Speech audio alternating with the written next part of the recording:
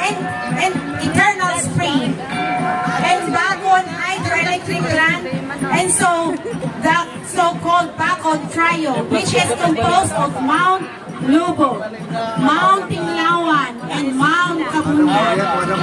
Bacon main product are rice, kamote, and vegetables. We Baconians are known for being kind and hospitable.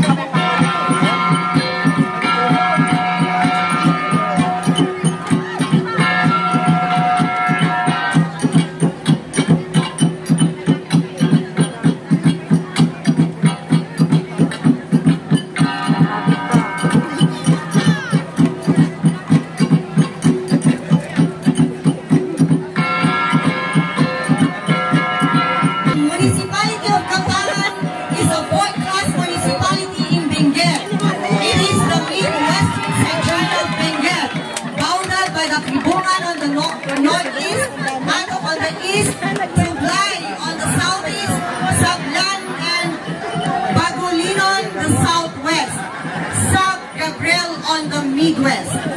Kapangan is politically subdivided into 15 barangays. Each barangay consists of purok and some have sitios.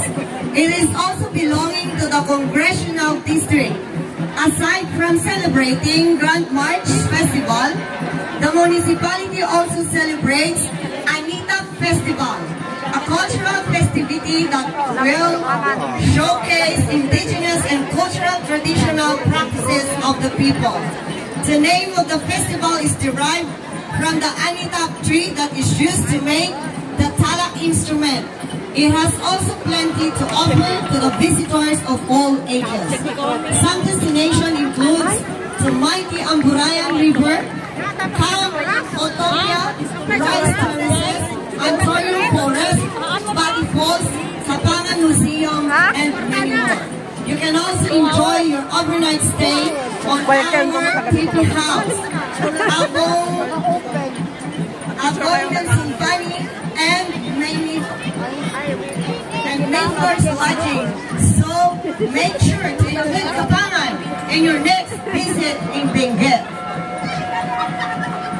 Yours starts now.